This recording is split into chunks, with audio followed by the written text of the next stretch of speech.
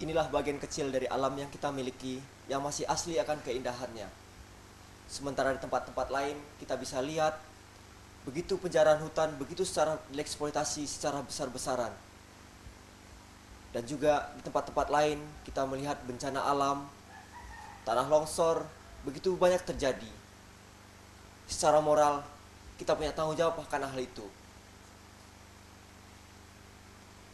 Kami dari Departemen Pemeliharaan dan Eksploitasi Hutan mengajak kita semua untuk bisa memelihara dan melindungi alam secara murni.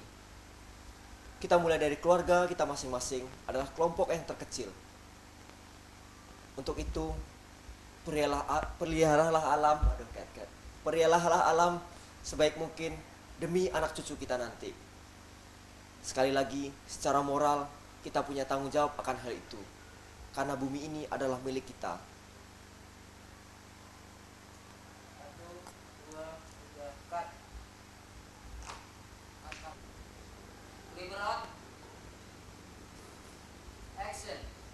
Inilah bagian dari alam yang keindahannya masih asli. Sementara di tempat-tempat lain terjadi penjarahan dan perusakan hutan secara besar-besaran. Itu dilakukan oleh kelompok-kelompok tertentu juga mencari keuntungan untuk kepentingan pribadi.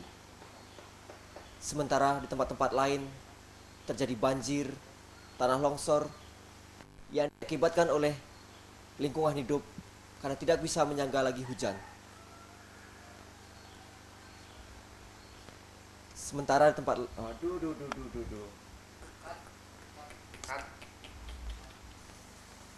Liberat, action. Inilah bagian alam yang kita miliki pada saat ini yang masih asli akan keindahannya. Sementara di tempat-tempat lain alam begitu dirusak dan dijarah secara besar-besaran. Sementara di tempat lain tanah longsor, banjir menimpa saudara-saudara kita. Secara moral kita mempunyai tanggung jawab kepada mereka semua dan terhadap kerusakan hutan ini. Kami dari Departemen Kehutanan dan Pemukiman Masyarakat, khususnya dari Dirjen Pemeliharaan dan Eksploitasi Hutan, mengajak kita semua untuk memelihara alam ini, mulai dari lingkungan terkecil yang kita miliki, yakni keluarga. Sekali lagi, kami mengajak saudara-saudara sekalian untuk memelihara hutan dan alam ini supaya anak cucu kita bisa menikmati.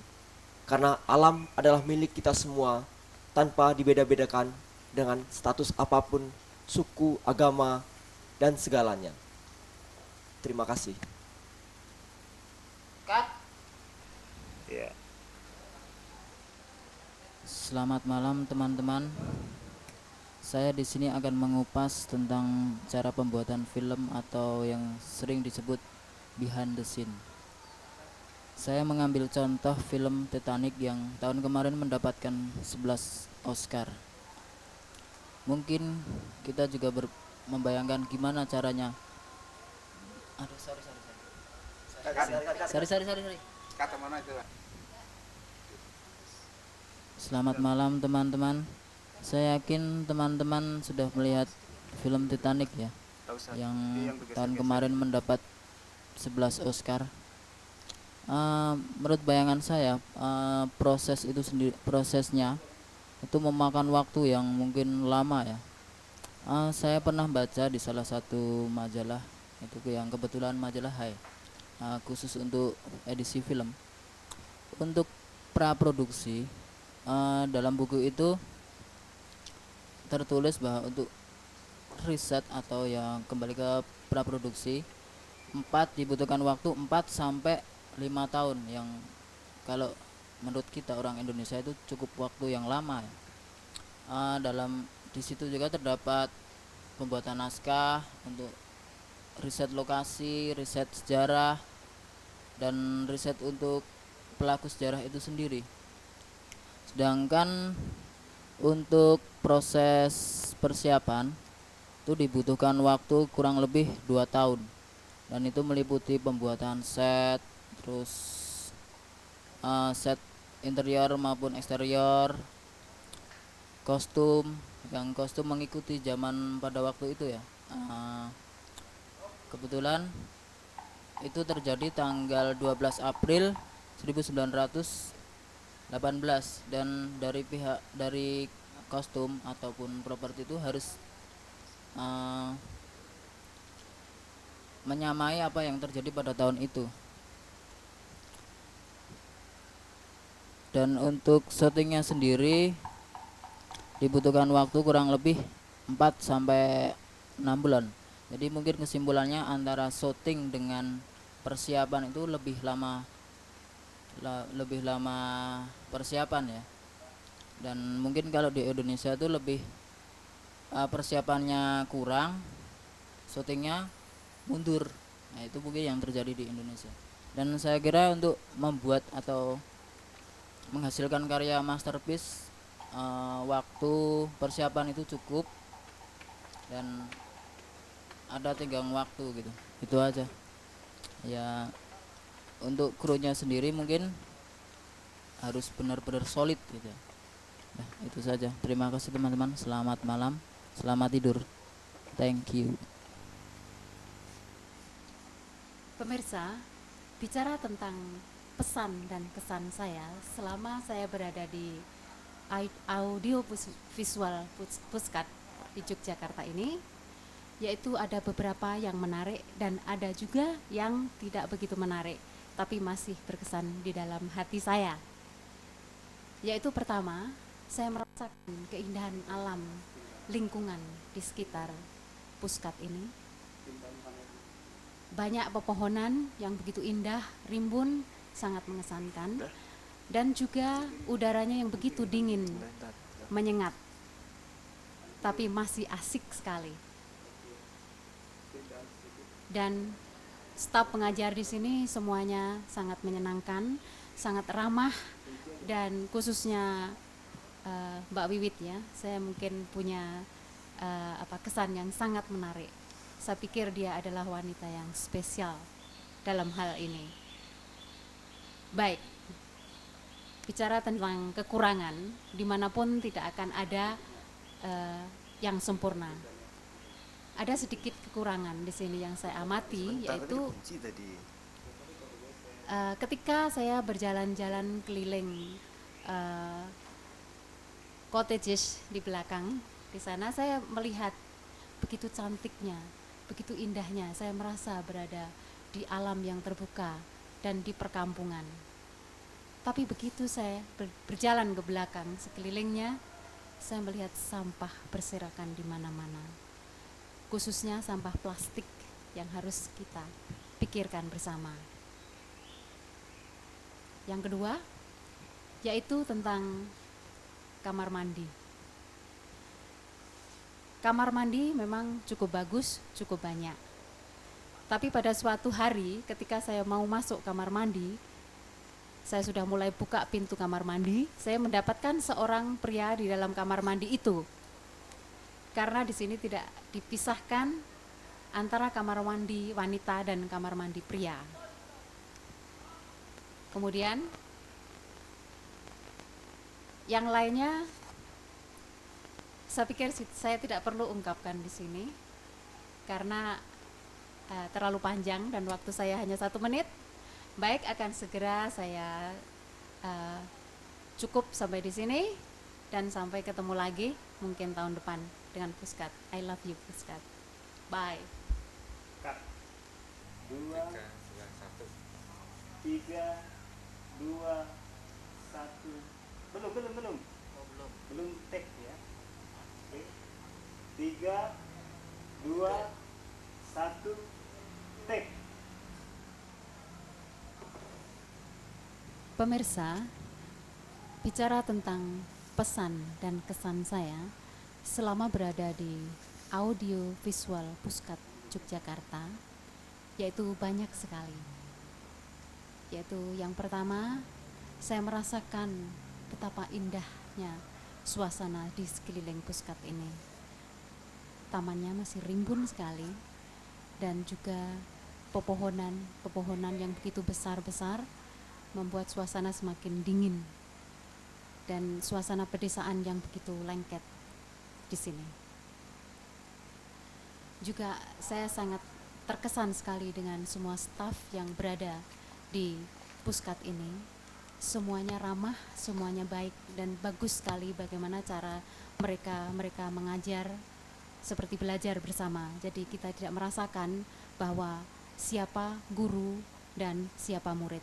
Jadi kita semuanya adalah teman. Dalam hal ini kita bisa mengambil kesimpulan bahwa semuanya adalah bagus.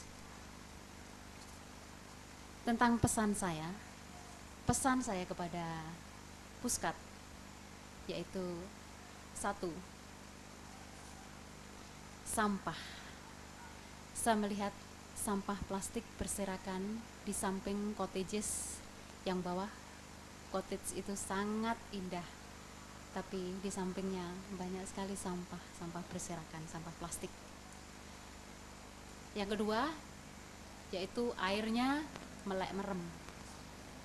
Yaitu kalau malam dia melek, kalau pagi dan siang dia merem.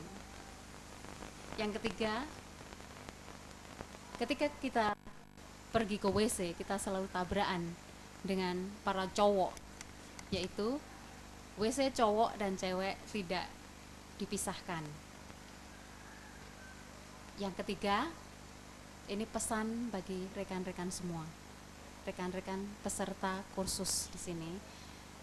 Marilah rekan-rekan kita hemat energi, yaitu apabila kita tidak memerlukan lampu dan kita tidak membutuhkan, kita harus mematikan lampu pada siang hari.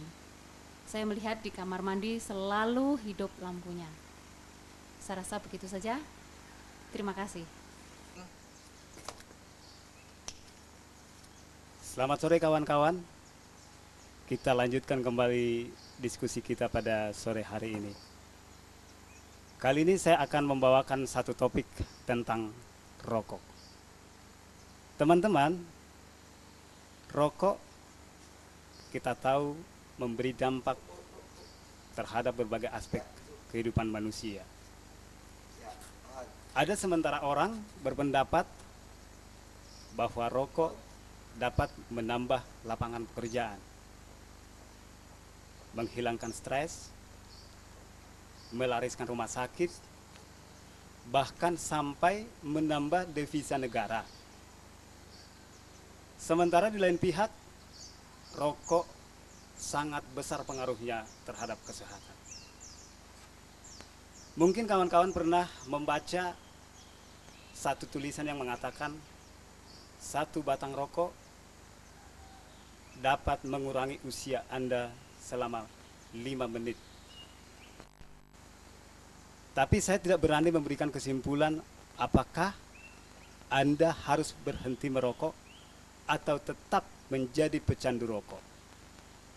Yang pasti, saya tetap komit bahwa hari ini juga saya akan berhenti merokok.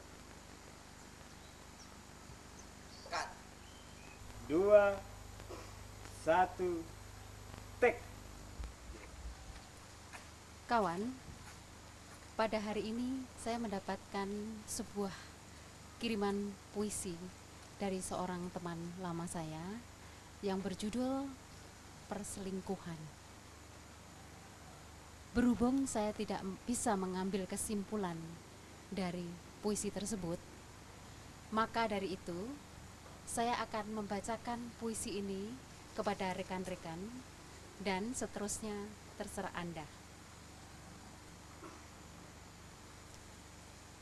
Tiba-tiba aku merasa sepi. Walau gemuruh suara kaki-kaki menghentak, mengikuti iramanya haus musik. Aku terpaku dalam ketakutan. Takut akan jatuh cinta lagi. Mungkinkah?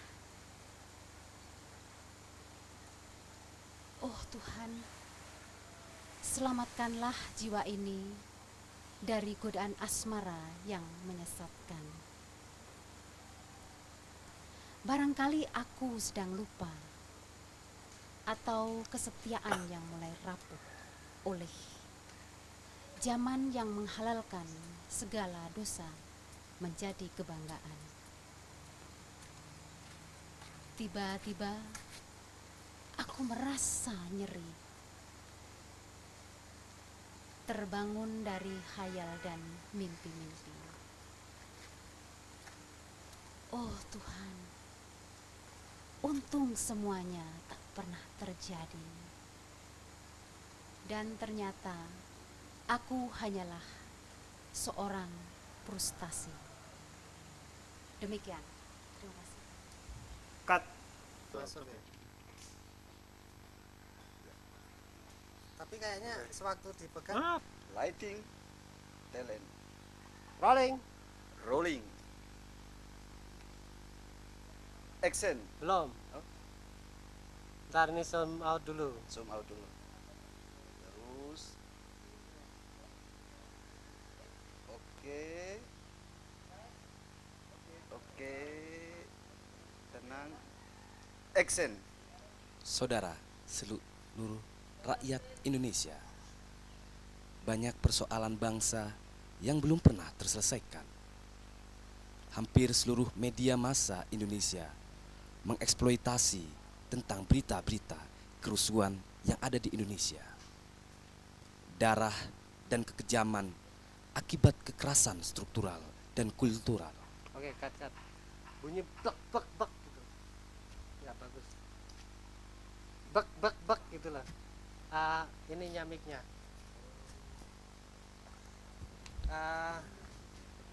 Tadi udah di tag ya? Jadi gimana nih? Diulang dong. Iya, tadi clapnya juga Ya ampun. Nanti mudah.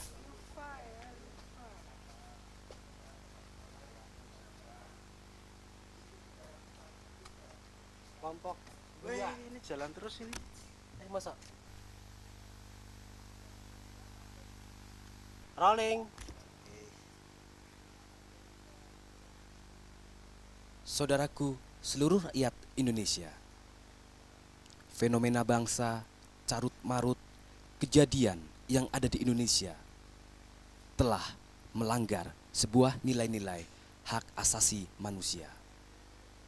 Media massa banyak mengeksploitasi tentang kejadian-kejadian konflik yang ada di Indonesia. Sambas yang ada di Kalimantan, Aceh, semuanya adalah akibat daripada kekerasan struktural dan kultural. Indonesia kaya akan nilai-nilai budaya yang masih memegang teguh sebuah norma-norma kepercayaan. Indonesia memiliki suatu keindahan alam kaya akan sebuah kepercayaan itu sendiri. Pemirsa, sebenarnya hampir dari seluruh media Indonesia menggambarkan tentang alam, menggambarkan tentang keindahan yang dimiliki oleh bangsa Indonesia.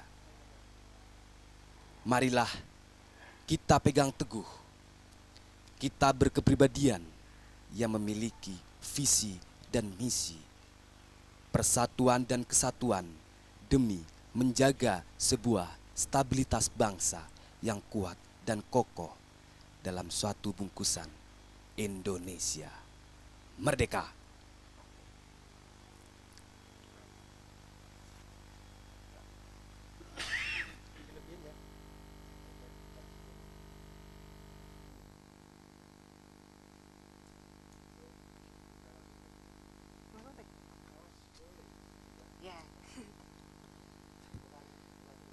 Saudara sekalian, Dimatiin dulu.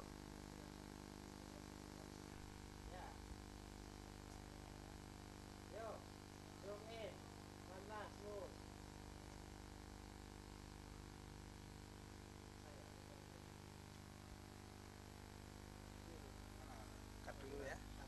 Indonesia, kita menyaksikan begitu banyaknya tindakan kriminal yang sedang terjadi. Saudara sekalian, pada kesempatan ini kita akan berbicara mengenai bahaya narkoba. Setiap hari, tepatnya pukul 11:30, melalui program acara Patroli Indosiar, kita melihat dan mendengar, atau kita menyaksikan cut dulu. Minta maaf. Cut. Oh ya.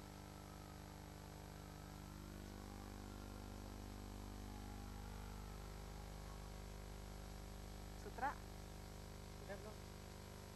Udah take belum? Udah. Paling.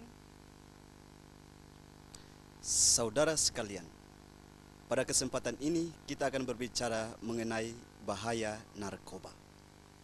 Setiap hari, tepatnya pukul 11:30,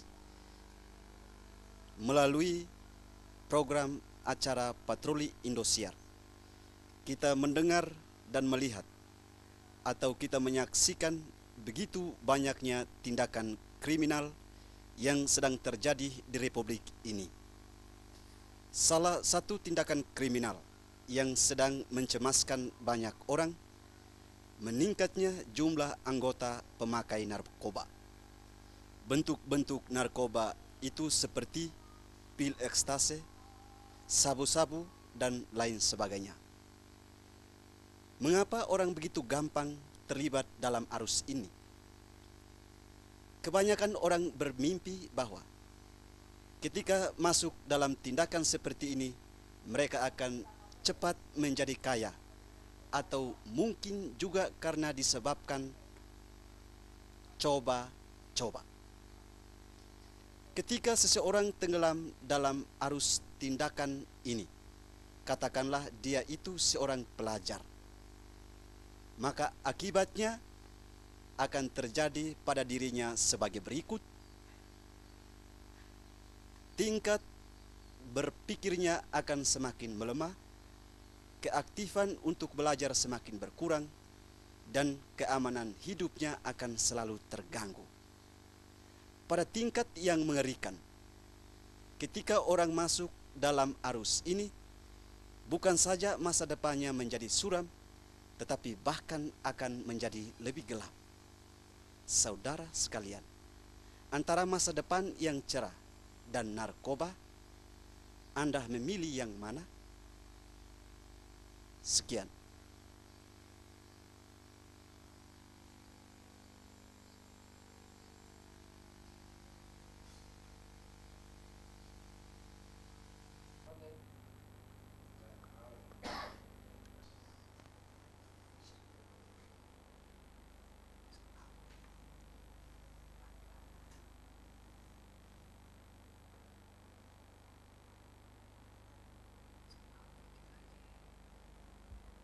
Saudara,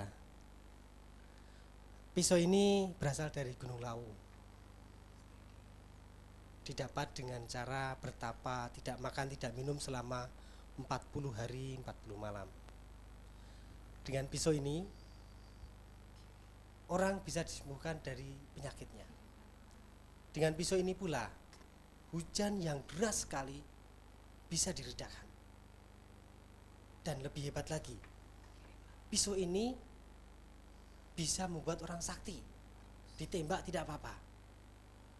Demikian kata Mbah Suro. Saudara, di zaman yang serba canggih dan serba maju ini, dunia komunikasi yang serba canggih dan maju, tetapi justru pada zaman sekarang ini banyak orang kembali pada dunia maya, dunia klenik, dunia paranormal dan segala macam. Lalu bagaimana para pelaku dari dunia maya itu sendiri?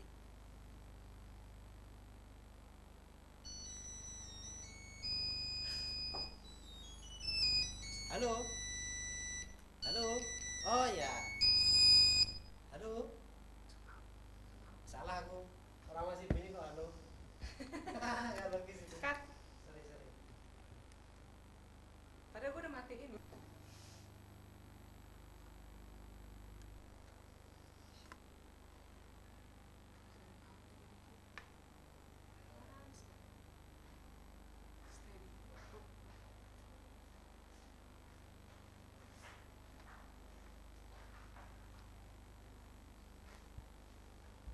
Saudara, pisau ini berasal dari Gunung Lawu. Didapat dengan cara bertapa, tidak makan, tidak minum selama 40 hari, 40 malam. Dengan pisau ini, orang bisa menjadi sakti. Dan pisau ini pun bisa menyembuhkan orang yang sakit. Dan dengan pisau ini pula, hujan yang deras sekali bisa diterangkan. Sangat sakti pisau ini. Dengan pisau ini pula, orang ditembak tidak mati. Demikian kata Mbah Suro, seorang paranormal dari Kulon Progo. Saudara, di zaman yang serba canggih, di zaman dunia komunikasi yang serba canggih ini, orang justru kembali kepada dunia maya, dunia klenik dan dunia yang berbau-bau klenik. Lalu bagaimanakah para pelaku dunia maya itu sendiri? Kita akan tahu.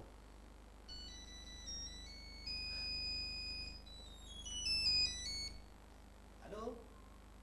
Oh, iya. Iya. Sebentar ya. Konsultasi jodoh. Oh ya, sebentar ya. Jodoh Anda akan saya cari sebentar ya. Sebentar. Tunggu sebentar.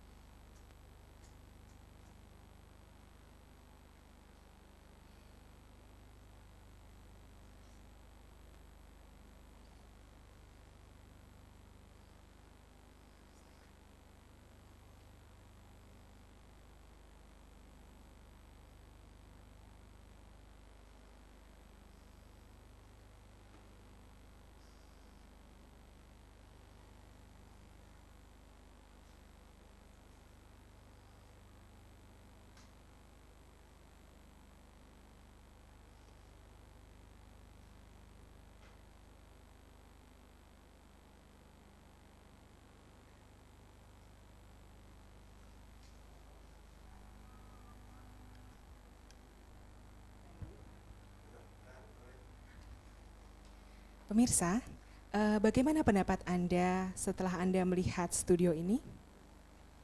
Sebenarnya studio ini masih bagus, bukan? Tetapi, pemirsa, bagaimana pendapat Anda tentang studio ini? Masih bagus, bukan? Tapi sayangnya sebenarnya studio ini sudah tidak terpakai lagi. Itu karena ada suatu peristiwa, tepatnya suatu tragedi beberapa tahun lalu. Dan sampai sekarang tidak ada orang yang berani memakai studio ini lagi. Ceritanya begini, waktu itu ada syuting, tepatnya sebuah syuting sinetron. Dan dalam syuting itu, 2 orang kru, tepatnya seorang kameramen dan seorang pemain itu terlibat kisah asmara yang pada akhirnya mengganggu syuting tersebut. Mereka berdua akhirnya diberhentikan oleh sang produser dan entah bagaimana mereka kemudian marah dan merusak studio ini. Dan di sini terjadi serangkaian pembunuhan yang amat mengerikan yang melibatkan beberapa kru dan beberapa pemain. Terakhir studio ini dipakai oleh sebuah rumah produksi. Tetapi entah bagaimana setelah mereka syuting di sini, salah satu dari mereka terkena musibah. Semenjak itu tidak ada lagi yang memakai studio ini.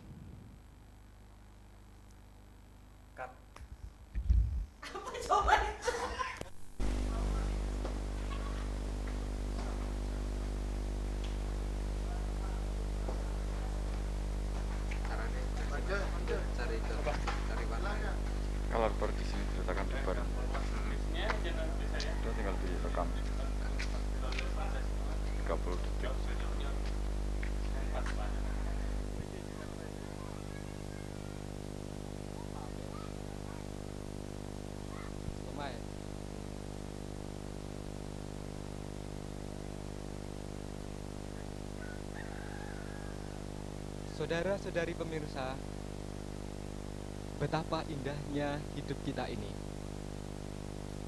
Di dalam hidup kita tersimpanlah banyak kemungkinan-kemungkinan yang dapat kita kembangkan sesuai dengan arah dan maksud panggilan hidup kita, yaitu menuju kesempurnaan dan kepenuhan diri sebagai seorang manusia. Lihatlah anak-anak ini. Betapa lucunya mereka, betapa manisnya mereka. Mereka bermain, berkumpul, bergembira, dan hati kita pun dibuat gembira oleh karena mereka. Lihatlah mata-mata mereka. Mereka menatap masa depan mereka dengan harapan-harapan yang telah mereka susun semenjak masa kecil mereka.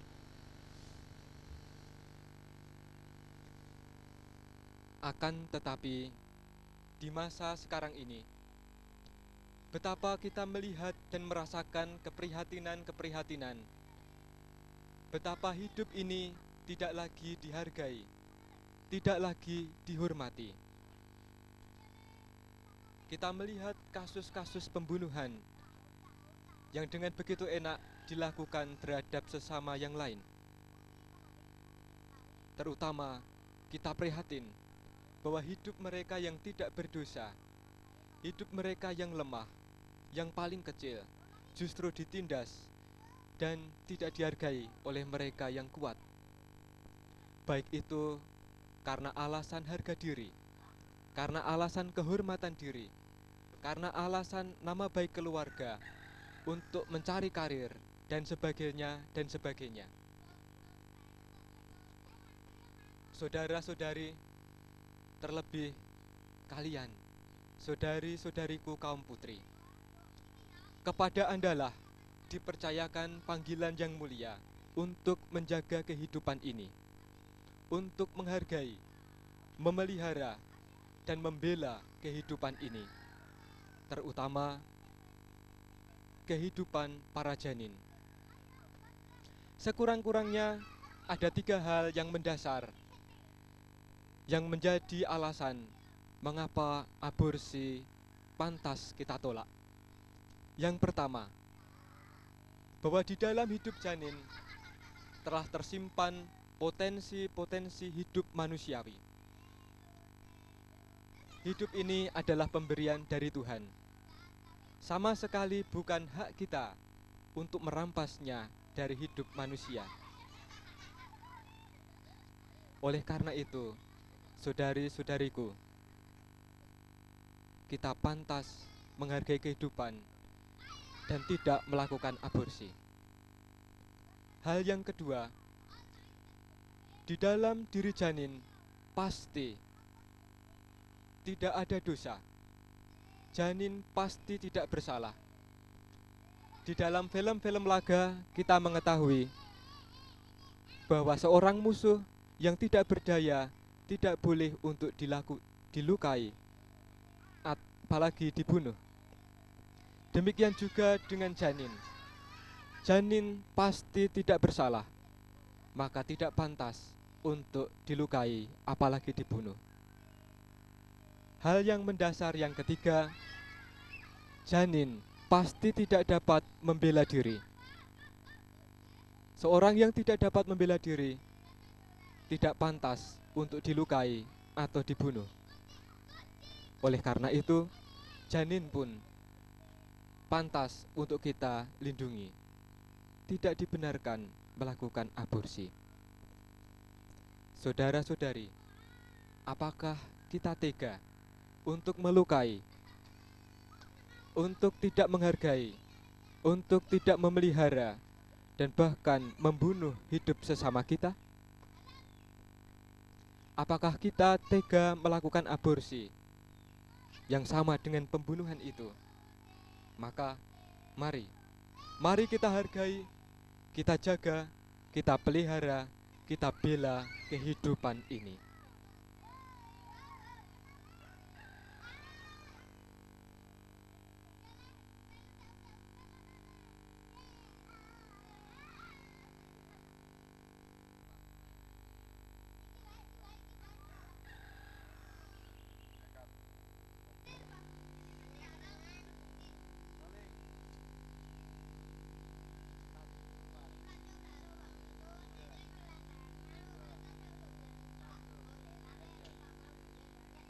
Jumpa lagi dalam acara Anak Nusantara. Lihat pemirsa, betapa asiknya mereka bermain, bercanda dengan teman-teman sebaya mereka, dan dekat dengan alam pedesaan. Betapa cinta mereka terhadap alamnya dan peduli sekali. Bandingkan dengan anak-anak kota yang dimanja dengan fasilitas, yang dimanja dengan permainan-permainan canggih seperti PlayStation dan video game, yang tidak akan terasa akan meracuni kehidupan mereka. Apakah akan kita biarkan begitu, atau sebaliknya, kita arahkan mereka?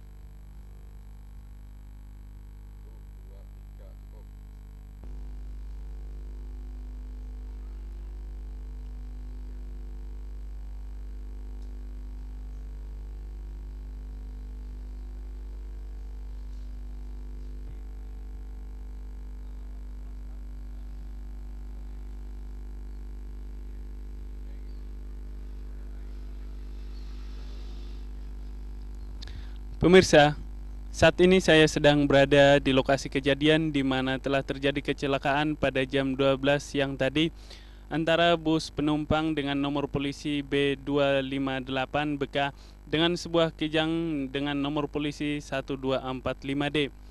Kecelakaan ini diakibatkan oleh kecerobohan sopir kijang merah yang ingin mendahului sebuah truk kontainer yang syarat dengan barang-barang, sementara sebuah bus penumpang datang dari berlawanan arah dan kecelakaan tidak dapat dihindarkan.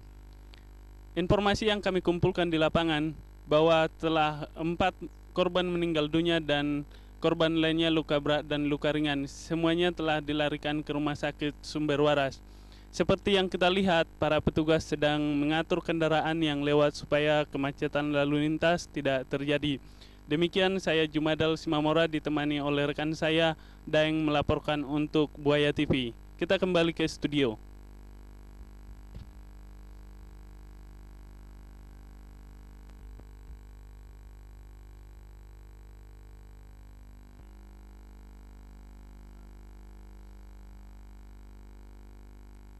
Pemirsa, saat ini saya sedang berada di lokasi kejadian di mana telah terjadi kecelakaan bus penumpang dengan nomor polisi 534D dengan sebuah kijang merah nomor polisi 345B. Kecelakaan ini diakibatkan oleh kecerobohan supir kijang merah yang ingin mendahului sebuah truk kontainer yang syarat dengan barang-barang. Sementara sebuah bus penumpang datang dari berlawanan arah dan kecelakaan tidak dapat dihindarkan. Informasi yang kami dapatkan di lapangan, 4 orang korban meninggal dunia dan lainnya korban luka ringan dan luka berat telah dilarikan ke rumah sakit Sumber Kasih. Sementara kita lihat kecelakaan sempat terjadi dan saat ini petugas sedang berusaha untuk mengatur kendaraan yang lewat. Demikian saya Jumadal Simamora dengan rekan saya kameramen Daeng melaporkan untuk Buaya TV. Kita kembali ke studio.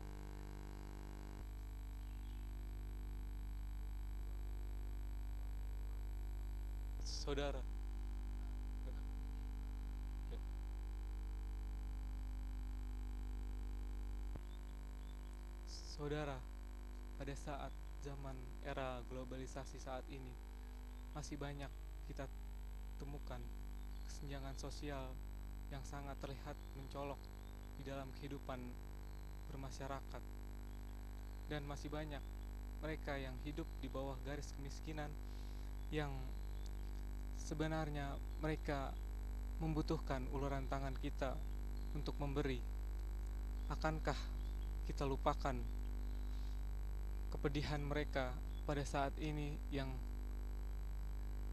harga kebutuhan pokok serba melambung jauh dan kesulitan mereka terabaikan? Saudara, marilah bantu mereka dengan memberikan sedikit bantuan kepada mereka yang membutuhkan. Pasti beban mereka yang saat ini sedang terjadi akan terselesaikan.